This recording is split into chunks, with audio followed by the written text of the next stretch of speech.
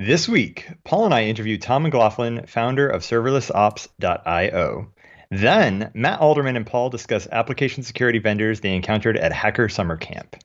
Stay tuned for all that and more on this episode of Application Security Weekly.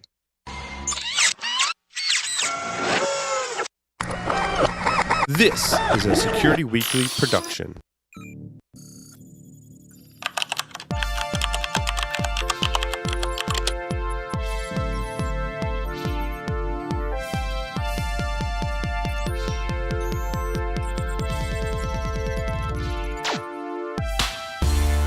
Layered Insight is the industry's first embedded security approach for containers. Trusted by Global 1000 enterprises to secure their containerized applications, it's the only solution that requires no root privileges, has zero dependency on the underlying infrastructure, and is fully portable across any container environment. Unified DevOps and SecOps, enabling the rapid development of containerized applications without worrying about security. To learn more, please visit layeredinsight.com/ASW.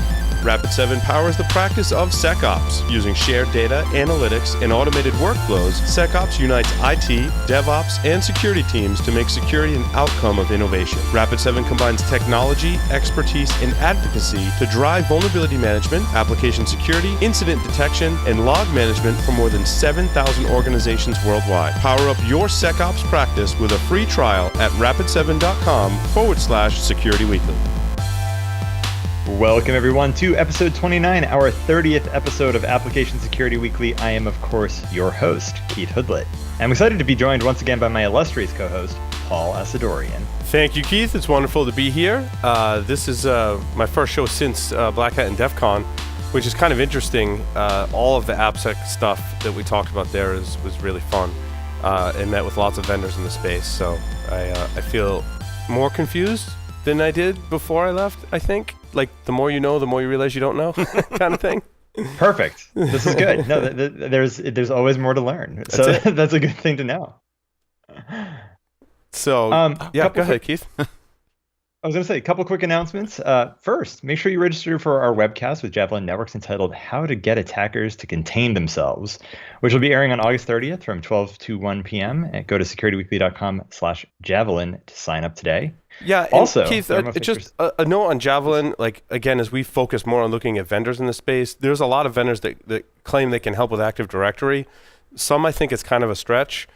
Some I think help with certain aspects and definitely do that well. Javelin's just, I mean, they really do help you with your Active Directory security. Like, we've worked with these folks for a while now, and I was impressed from the beginning, and I continue to be impressed in the things that they're doing in their product. So if you have Active Directory, which is like 98% of us out there that work for an enterprise, right? I don't know what you'd use. I mean, there are other directory services. In any case, you're going to want to attend this webcast because you just, even if you're not going to purchase a solution tomorrow, you want to come and learn about what is going on in Active Directory, why it's so insecure, and what are some things that we're doing to fix it. So, yeah, Active Directory is a huge threat to the business potentially if you're not doing it right. Little a side joke, by the way. You know what company's really good at Active Directory? Microsoft. Apple. Oh, do they run? Really? That's interesting. Because they don't have any. So no threats to Active Directory there. It's totally secure, right? It can't be hacked if it doesn't exist. I think what I'm told is you'd be surprised at what companies actually do run Active Directory that are competitors to Microsoft. I'm not saying that Apple's one of them, but I can imagine that there's like a department that are like, yeah, we pretty much have to use Active Directory because there's nothing else that works for us. Right? Yeah. Right? Oh, man. I wouldn't want to be solving those problems. No.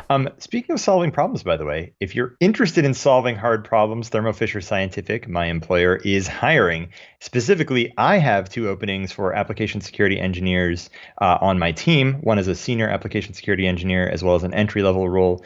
Both are remote friendly. So go check out wiki.securityweekly.com/ASW_episode 29. For links to those roles. I'm starting interviews this week. So the sooner you get in a resume, sooner you have an opportunity for me to talk to you about your career. Keith could be your boss. Be awesome. I know, right? I am a pretty cool boss, I like to think, maybe. We'll find out. In the meantime, though, I want to welcome Tom McLaughlin, founder of ServerlessOps. Tom, of course, being founder Yep. As an experienced operations engineer, he started ServerlessOps after asking the question, what would he do if the servers went away? I mean, it sounds like a dream to me, but at a loss for an answer to interested in his future profession, decided to pursue that answer being, well, serverless ops. He's actively engaged in promoting serverless infrastructure and engaging with the community to learn more about their thoughts, wants, and concerns around the topic. When not at work, he is the proud cat dad to 2 calicos, enjoying spending time drag racing as well as sailing. Also, an amateur thinkfluencer on Twitter. I love the picture. I love the picture. The cats are great, and the lasers in the background. I think that's a requirement if you're going to have a cat in a picture. It has to have that laser backdrop. I submit that to conferences. Yeah. I finally changed it off of LinkedIn. That used to be my LinkedIn picture for a period of time. I was like, yeah. And what's funny, Keith, is Tom and I met last year at B-Sides Boston. Yes. Yep. Nice. Okay. Yeah. I walked in and started talking, and then I'm like, wait a minute. I recognize you. Yeah. There you go. There you go. That's awesome. Well, Tom, welcome to the show, by the way. Thank you. Thank you for having me here. Yeah, Tom and I already nerded out. I feel like we did the show already. Yeah, we've already done the show. We rehearsed. It was a rehearsal. We're done. We did the dress rehearsal. Yep. So we're ready. We're Perfect. ready. So who was wearing the dress? I mean, sorry. It doesn't matter we'll talk to about me. that. Either way is fine as long as we get to rehearse. Yep. There you go. No, we were actually we started talking about PPWorks, which is our internal application, which is in some of my presentations. And not only it's kind of it's not really great that it's where I learn stuff because it's also a critical business application for Security Weekly. That's fine. But, that's fine. But it's where the more important it is, the more you're actually going to learn because you're going to really pay attention to it. Sure, and that's why I'm thankful that we have that. And there's always stuff to be done there. But we were talking about how to move stuff. Like it started off as a good example, I think, to talk about serverless, Keith, if you will. And I'm not sure if you have applications, in your environment that you just started at, I assume, right? But there are ones that it's on physical hardware. Because we developed it a few years ago. And our requirement was it was large files being moved around. So we stayed out of the cloud just in the beginning because probably for lack of understanding it. I was like, that could be expensive, so let's just put it on a server and get it going. Right. And now it's like making the progression from into the cloud and VMs and into containers and maybe now into serverless and RDS and all these other things. So it's interesting to watch that progression, as I'm sure many others are going through. And that's how most people actually end up going is, you start just taking these small steps forward and forward into the cloud. And over time, you're kind of just like, okay, what's the next problem to solve? What's the next problem to solve? And, after you've gotten into, say, containers or something like that, you start saying, okay, do I really want to solve the problem of managing containers? No, I don't. I'd really rather just focus on my code, focus on the actual core business problem that I want to solve, and get rid of all that sort of stuff and just shuffle that off to my cloud provider. And that's exactly what. So in the WordPress example, I started doing the same thing because I had WordPress on servers in the cloud that I was managing, maintaining. I'm like, I can't go on like this anymore. I don't want to maintain that. But then I was like, well, a cool project would be maybe I take WordPress and I start putting it in containers. And then I was like, wow, that's a lot of work and maintenance and management of itself. And then I found a WordPress hosting provider. I'll mention them because they're awesome. WP Engine. Yeah. Okay. And I'm like, the business requirements that you speak of, Tom, they solved all of those, and I just had to pay them a monthly fee. Right. What was interesting was when I did the math, it was actually cheaper to host with them than all the infrastructure I was hosting somewhere else. So I was like, wow. So now, and I guess my point with that story, and Keith, I don't know if you experienced this in your new day job yet, is all paths don't necessarily lead to where you think they're going to. All paths don't lead to Lambda or ECS, or each application takes its own path, which really throws me through a loop, but it is what it is. They all have the unique requirements, right? I think then that's what you're really hitting on right there, is that your technology choices should be driven by the requirements of what you're actually trying to solve within your business. Right. And do you want to be a WordPress hosting provider? No. God, Let's just pay somebody to do this. Let's, do you really want to be spending your time dealing with the security of WordPress plugins? No. Right. Outsource that to somebody like WP Engine or something, so you can just focus on, again, the things that actually make you, Security Weekly or something. But it can push you further too, because once you solve that problem, now I can build other security solutions on top of that and be in a much better place. Sorry, Keith. No. I was gonna say for our listeners, as much as I think this is an awesome conversation, I'm sure that there's probably some security folks out there that are listening and saying, "But what is serverless?" Oh, that's true. Yeah, what is serverless? Thank you, Keith. We dial it back in. We should probably start explaining that. We should. So I usually use the AWS definitions, which is about 4 core points. No, first off, no servers to manage or to provision or anything like that. So I'm not spinning up a Linux host or anything. Not managing the patches on that or so forth. It's a pay-per-use model, so you're paying for the consumption, not the capacity, the provision capacity of your application or anything like that. If we say you never pay for idle, so if you're not using an application or nobody's using your application, you're not paying anything for there except for storage. That's our little caveat there. Your component scale with usage, meaning you're not responsible for provisioning more S3. Right. Amazon takes care of that. Or web servers either, right? I don't have to manage Nginx or Apache anymore, right? I don't have to manage the application server anymore, right? I just take my application and my code, drop it there, right?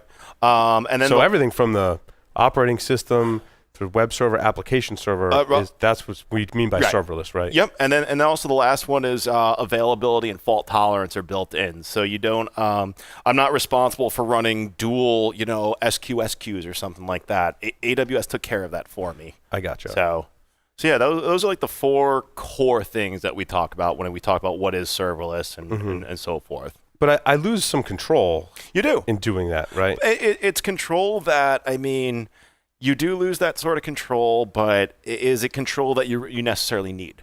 Yeah, and that's really... That's what I had to deal with. I'm like, I really just want to go write a regular expression right in the Nginx config, and I'm like, crap, I can't do that anymore, so I got to find some other workarounds. Right. But then you start questioning, do I really need to tweak it at that level, right? And you start stripping that away. I think in most cases that's a positive thing. You have, if you're someone that wants to just micro optimize your applications, serverless is probably not going to make you happy.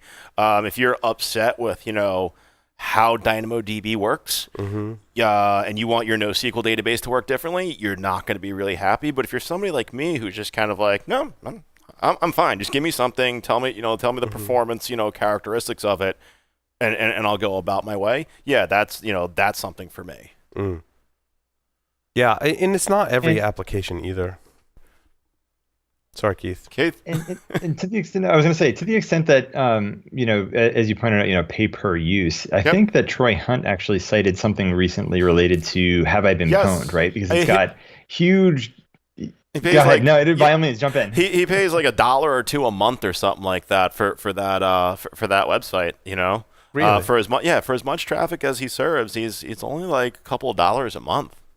So he's. If you take if we have a database in the back end, or is that? I don't know what he's got, but he must, right? Because you've got to store all the hashes and stuff. Right, but you're only. Let's see. But it's not being populated by the user. He's populating the database. He's populating it, so he's only paying for reads. And if I recall, like reads on DynamoDB, I don't know if he's on AWS or not, but reads for DynamoDB are fairly cheap compared to writes. So what is DynamoDB? DynamoDB is their NoSQL database. So that's is that an Amazon product? Yes, okay. that's an Amazon service. So if you're running your own NoSQL product, you'd probably be running something like MongoDB or something like that. It's mostly used as a document store. But yeah, he's got a tweet in about the past, I think, 2 months where he said he just has this insanely cheap bill every single month. And then the application $7 and change. Nice. That's it? It's like $7 and change, and effectively, I think part of it is because Cloudflare caches a lot of things kind of out toward the edge for him. As I think that's he doesn't pay for Cloudflare in that case. I think that's actually gifted to him based on the service he's rendering to the community. But his actual application usage is like $7 and change. Yeah, that's awesome. Now he deployed his application likely to Lambda. Is he Azure? Okay, he's on Azure. Yeah. Okay. So, I don't know as much about Azure. I stick to the AWS family because I think there's some ridiculous number, like 140 different services in AWS. That's a lot to learn on its own. It is. Yeah. It is. Yeah. Yeah, we need people like you to help us navigate those waters. Yeah. Right? Well, and that actually gets to my next question, which is what are serverless security vendors that exist in this space? Because serverless is kind of a new frontier for a lot of people, developers included, and I'd be interested to know if there's any vendors out there that are touting security of serverless functions and so forth. Sure. So the areas of interest are. You have your cloud infrastructure securing that. You have your dependency management, and then you have your runtime security protection. Being Application Security Weekly, we're going to think mostly about runtime and dependency management. SNCC, I think it's SNCC, SNYCK. Yep. They are dependencies. They're not serverless specific. They just happen to talk a lot about serverless and the importance of actually managing your dependencies. As someone as an ops person who spent most of their time managing, host layer packages. Because when I'm writing code, I have to make sure that my code and my libraries match what's on the server. Well, think of how many modules you bring in with your Python applications, or even better, like your Node.js apps, just like your left pad or something like that. All these different functions. And as someone who was mostly focused on host level security for the longest time. I never really had the time to get up there in the stack to actually look at my application dependencies. And when you think about it, what we actually put facing to the world, enough organizations haven't done enough rigorous work to actually make sure, we're actually putting forward code that is not vulnerable, or at least known to be vulnerable. So that's where SNCC comes in. Moving up above that, there is PureSec and Protego. They do runtime application security. I'm trying to think what else is really out there. Would Signal Sciences fall in there too for runtime application security? So they would be. They do have a proxy. They have a lot something. of them do it by proxy. So if your app is serverless, you basically can just reverse proxy, and they'll protect your application even though it's serverless. ThreatX works the same, similar fashion. So there are vendors that are, because of serverless, and you're losing that control of the whole infrastructure, and you're not deploying a container, you're deploying the app.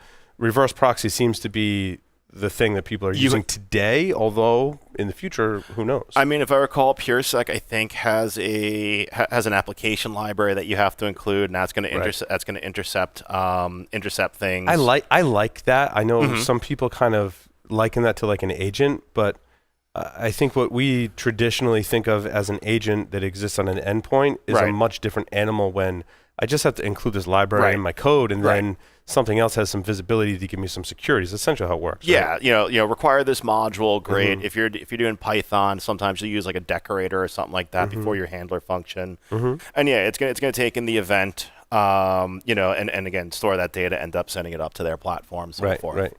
Yeah, I think we're going to see a lot more emergence of that, Keith, and being able to, I call it hooking the application versus an agent. Container security companies do a very similar thing. I'm trying to remember what Twistlock does, because Twistlock has expanded beyond containers. They're now doing serverless security. Well, it's like a race for all the vendors that are providing application and container security to be able to support serverless, because that's where everyone's moving for the obvious benefits.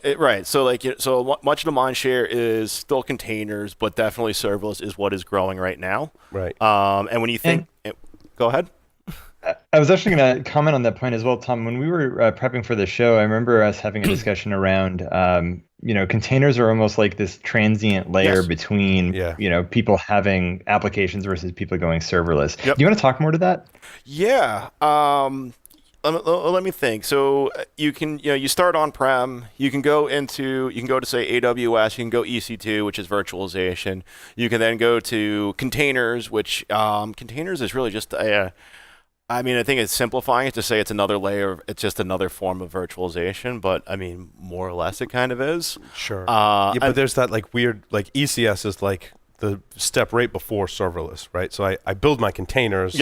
And then I can deploy my containers to Azure, Google Cloud, or Amazon's platform. And they're pretty good about if I have a standard Docker container, like they're just running my container for me. We're going to fire up the container. We're just going to, we're going to run the entry point of the container. and off it goes. Right. Now that sounds simple, except you still got to worry about an orchestrator that they're probably going to provide to you as a service as well. Yeah. And a registry which they're going to provide to you as a service as well. Right. So. AWS has a registry. They're also doing Elastic Kubernetes service. So in case you don't want to run your own entire Kubernetes farm. But what's nice about containers is if you are going, let's just say you just want to get off your physical hardware. Great. You can actually do an actual lift and shift. It may not be the best idea, but you may end up sitting there saying, you know what, we're just going to stick in a container. We're going to move into AWS and let it go. And what that actually frees you up to do is serverless kind of breaks the whole lift and shift thing. You can't just pick up an application and say, okay, great, I'm just going to run it on Lambda. It just doesn't. It just doesn't work that way. And from what I've heard, AWS intentionally did that. AWS essentially said, if you're going to go Lambda, you're actually going to have to engineer your application for Lambda. Yeah, for Lambda and to actually be serverless. There's no more of this lift and shift sort of thing. Yep. So you can go again. So you can bring your application, into containers, running in AWS, and that gives you now the time to say, okay, how do we start refactoring this application and piece by piece breaking it down into something more appropriate to run on Lambda. Right.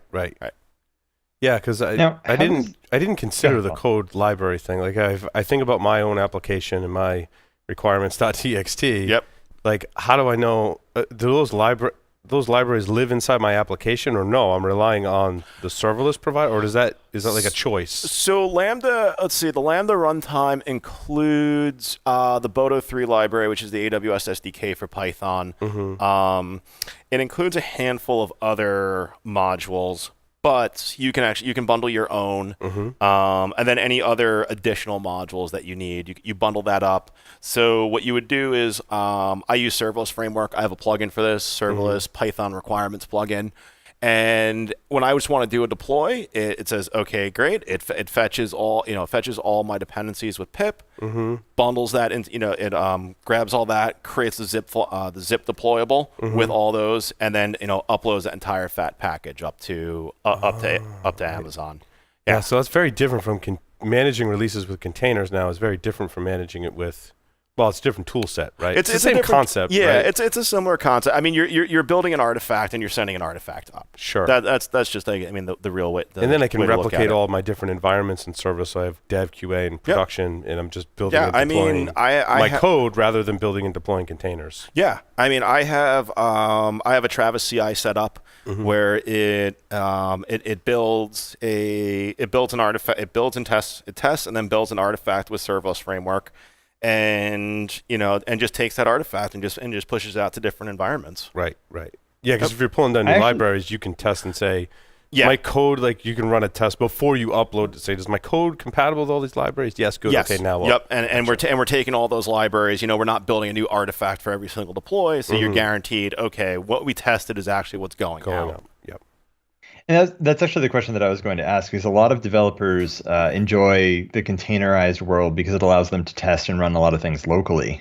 So, what works on my machine works on Paul's machine, works on your machine. No, it doesn't. But it sounds like what works on my machine works on my machine. I'm not guaranteeing yours.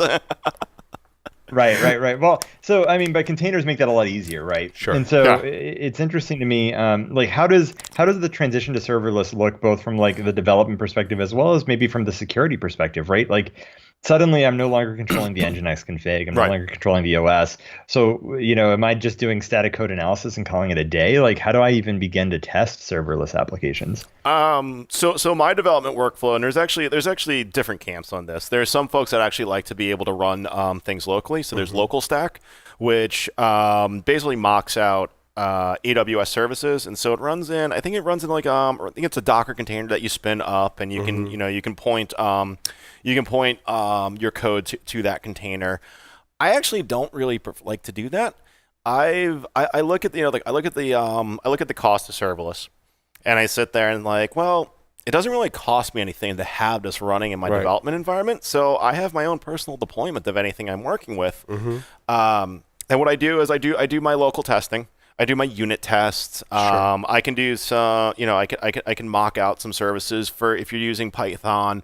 Moto library will mock out AWS services. Great. And after I pass those tests, I just shoot it up I shoot it up into my development account. Meanwhile, I have a separate AWS account for development. I have a separate AWS account for production. So there's a nice fine separation right there.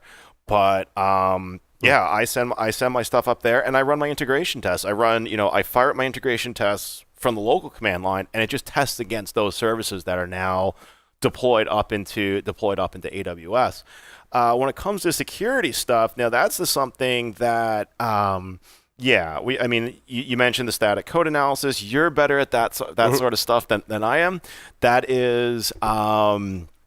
But yeah, that's where you're really looking at. When you mention like the Nginx config and all that sort of stuff, that is what I've outsourced to Amazon. That's that's part of what they call the shared security model. Amazon owns this part of your security, and so yeah, they're responsible for the security of the application runtime, the actual underlying container that my Lambda function runs in. Now, do you get some control over the settings of your application? Like, I'm assuming there's probably a configuration screen somewhere in like Lambda that says it's got like 5 knobs and that's it. Yeah. Okay. I was curious what the Well, you can increase the amount of memory, which if you read the documentation, you also find out that increases the available CPU. Interesting. Yeah. It's one of those things. And that's more money, right? Yeah. It is more money, but if you get to I forget what the point is. If you increase the amount of memory, you get a second core.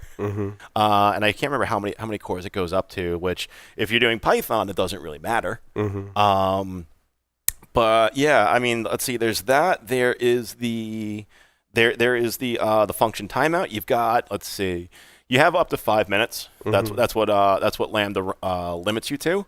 If you're using API Gateway, you actually have a limit of only 30 seconds because API Gateway itself only has a 30-second limit. But there isn't a ton more of configuration, right? So like to Keith's point, you give up some of that configuration of your app server, basically. Yeah.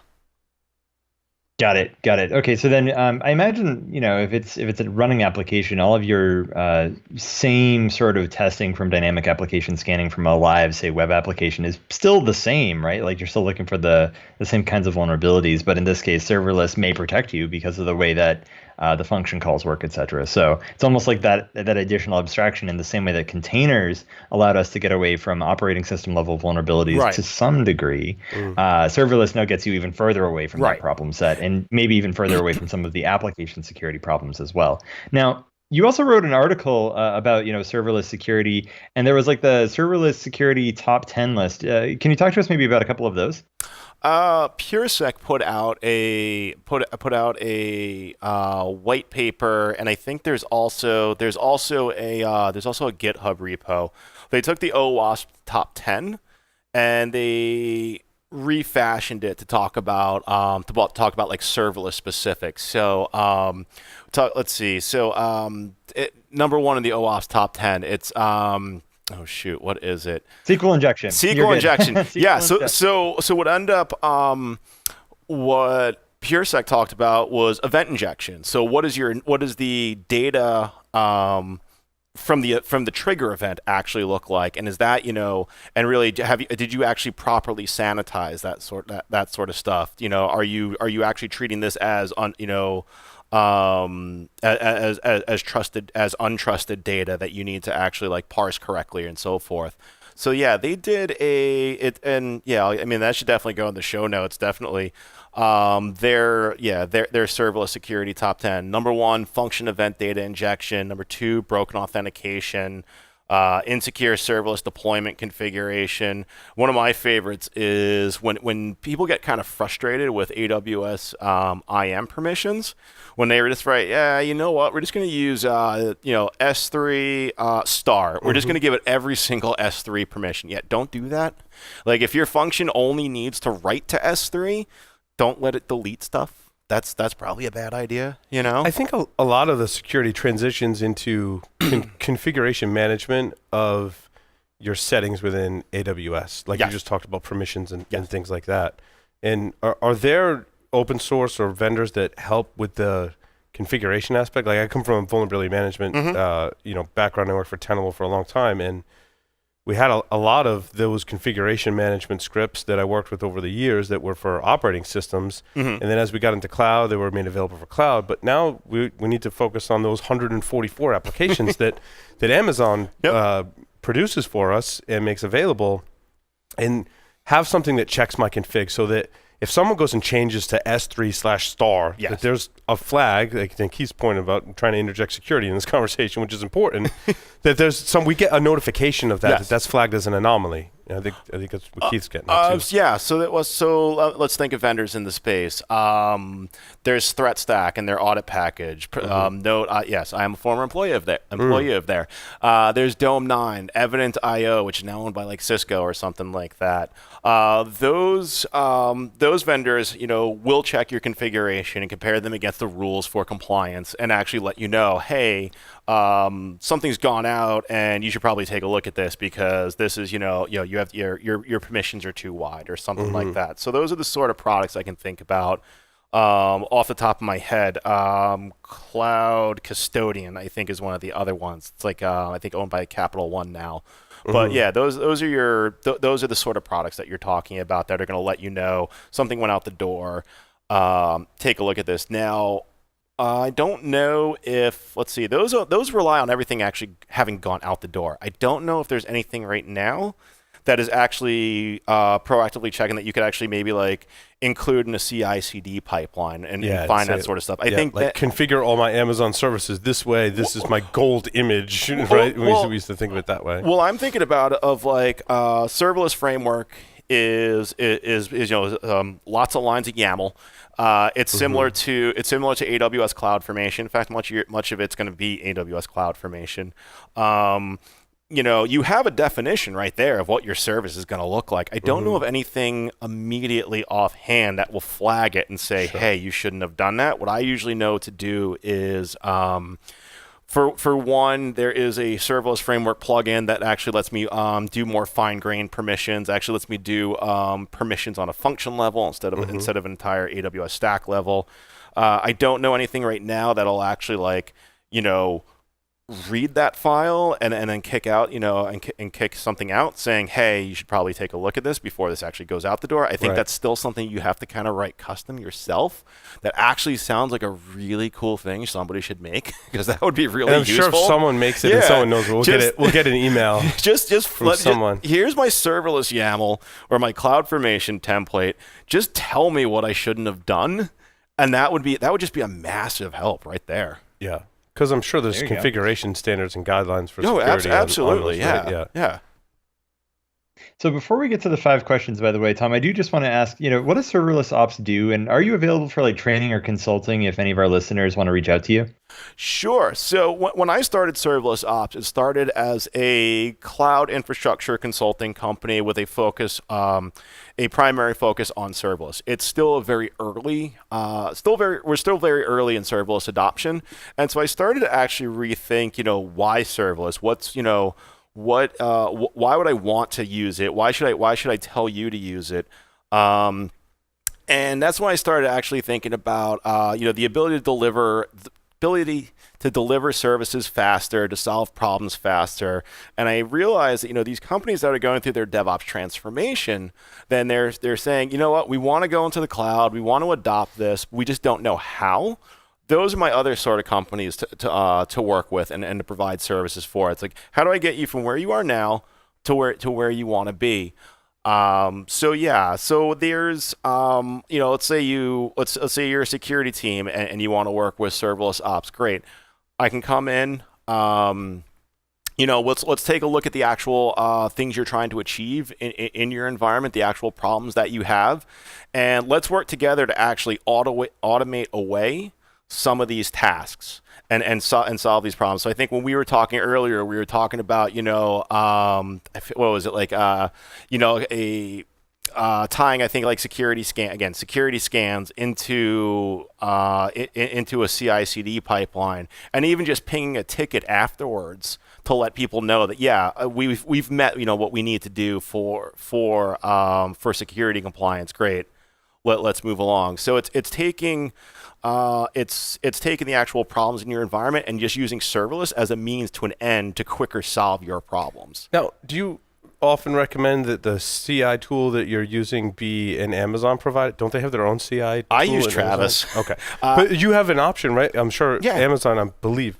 They have their own code pipeline. You can use your I don't know how to use it. Okay. I already knew. That's kind of the thing I get from people. They're like, yeah, they have it, but I don't think anyone uses it. I mean, sure, people do, but yeah. Some people do. And that's fine if you do. It's interesting that that's an option that, like, not only is your application serverless, but your CI tool, like a Jenkins, is also part of your serverless environment rather than another instance that's sitting somewhere else in your development pipeline. I use Travis. I think it was Circle CI and CodeShip, like some 3 of the other SaaS providers. Those have been on my list to eventually use. It was just happens that I knew how to use Travis pretty well, sure. and going through it said, yeah, this works perfectly good for this. So, and I would consider those a security tool. I think if you're a security professional, you need to start familiarizing yourself with those because they're going to provide some security functions. Keith, tell me from yes. Okay. I was just going to say if you have an environment that is adopting more serverless, learn how your CI/CD pipeline works and learn how those tools works and just get right in there because again, nobody wants to interrupt you. And nobody really wants to wait for you. Right. And you have to find a way to insert yourself into the process. And the CI/CD pipeline is the way to actually insert yourself into this process. Yeah, I agree. Yeah. I agree. All right. Now it's time for the 5 questions, which I don't think I prepped you for, Tom. No, you did not. This is going to be a lot of fun. Oh, man. I'm the best worst host ever. So first and foremost, what were the specs like on your first computer? I had a Commodore 64. I grew up with that, and nice. then the one after that was a compact Presario 486. I think we had, was it a 128 meg hard drive or some ridiculous thing? Yeah, nice. Sounds about right. Solid. Yeah. It was not solid. All right. So then, of course, what programming language did you learn first? First had to have probably been shell scripts, and then Python. And then Go is, I dabbled a little bit in JavaScript for a very brief bit and said, I just can't do this. Go is my next one. Go is definitely the language that I plan on expanding into. I definitely hear it's the go-to language. Yes. So the next one to put you smack dab in the middle of a holy war, Vim. Or Emacs? Vim. Yes. There we go. All right. Yeah. Easy enough. Now, here's the harder question, though. Okay. Spaces or tabs? So I use spaces because I use Python. I have succumbed to the use spaces because that's what everyone else does. I really prefer tabs, though. I actually do. Like I was a FreeBSD nerd for a long time, and I remember from their style guidelines, it was use tabs. That is the correct way to actually indent programs. And config files too, if I remember. I think so too. Yeah. FreeBSD. Now that you say that, I want to say that it was like all tabs. Yeah, it's Which when I was working like Solaris to FreeBSD, like if you put a tab in older versions of Solaris, like it would interpret it differently, and your config file would not work, and you'd spend hours trying to figure out why. Which is why my answer is always spaces, Keith. Yeah,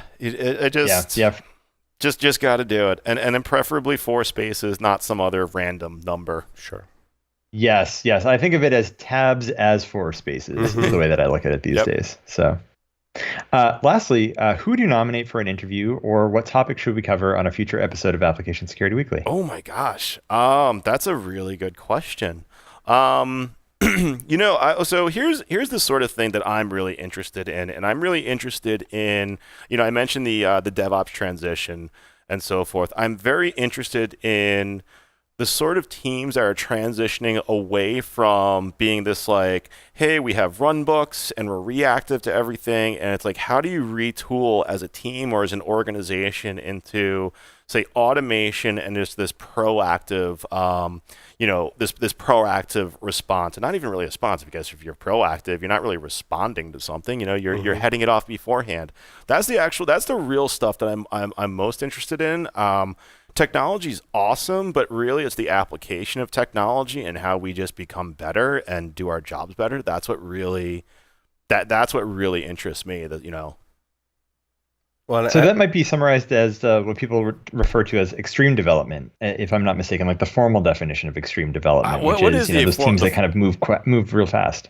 Yeah, I guess I don't know, agile, whatever that term means, or something like that. I think it's kind of what you're describing too. There was some agile-ish stuff that thrown in there. I also think, Tom, what you said earlier about managing your configuration in tools and techniques, and maybe commercial vendors to help you manage the security of your configurations in a serverless environment is, Keith, a topic that I think we should explore. I think Tom very nicely kind of pointed that out. Absolutely. With that, Tom, thank you for joining us on Application Security Weekly. Thank you. Next up, glad to have you. Next up, Matt Alderman and Paul discuss application security vendors they encountered at Hacker Summer Camp. Stay tuned. Don't go anywhere.